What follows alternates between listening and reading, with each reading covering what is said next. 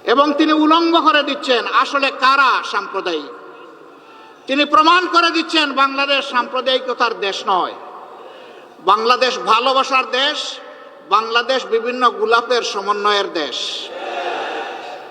এই দেশে সকল ধর্মের বর্ণের সমস্ত মানুষ আমরা মিলেমিশে আছি, কারণ বাংলাদেশ আমাদের সবার। আমরা এবার বলেছি, সোচ্চারভাবে বলেছি, আমরা বাংলাদেশে কোনো মেজরিটি মাইনরিটি মানি না। বাংলাদেশে যারাই জন্মগ্রহণ করেছে তারা সকলেই বাংলাদেশের গর্বিত নাগরিক। এই মাইনরিটি শব্দ বলে বলে অন্যান্য ধর্মের ভাই বোনদেরকে ব্যবহার করে একটি গোষ্ঠী মূলত দেশের বাইরে থেকেই তাদের স্বার্থ হাসিল করতে চায়। এখন আমাদের এই ভাই বোনেরাও এটা বুঝতে পেরেছেন, তারাও সোচ্চার হয়েছেন। আপনারা দেখেছেন ভারতীয় হলুদ মিডিয়া যখন বাংলাদেশের বিরুদ্ধে নিকৃষ্ট যুদ্ধ শুরু করেছে, মিথ্যা তথ্য ছড়াচ্ছে, তখন জগন্নাথ হল থেকে আমাদের হিন্দু ছেলেমেয়েরা বের হয়ে তার প্রতিবাদ করেছে। কারণ তারা প্রমাণ করেছে এদেশ আমাদের সবার। তোমরা যা বলো তা অসত্য, তা মিথ্যা। তোমরা আমাদেরকে ব্যবহার করে তোমাদের মতলব হাসিল করতে চাও, সেই সুযোগ আমরা তোমাদেরকে দেব না। কেন ভারত এটা করে আমাদের সাথে? আমরা তাদের কি ক্ষতিটা করেছি? ভারতের কোনো আভ্যন্তরীণ ব্যাপারে আমরা হস্তক্ষেপ করেছি? ভারত বলে আমাদের দেশে সাম্প্রদায়িক সহিষ্ণুতার অভাব, সম্প্রীতির অভাব।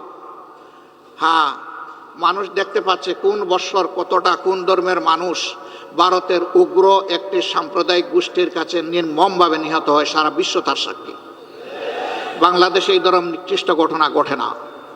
সর্বশেষ একটা চরমপন্থী সংগঠনের হাতে নির্মমভাবে চট্টগ্রামের আদালতে একজন আইনজীবীকে খুন করা হয়েছে।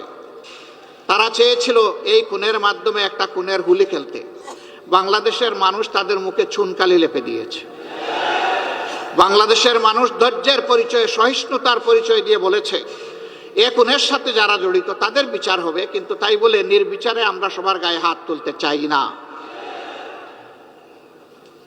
ভারত কি এমন একটা উদাহরণ দেখাতে পারবে? তাদের দেশের বুকে আছে।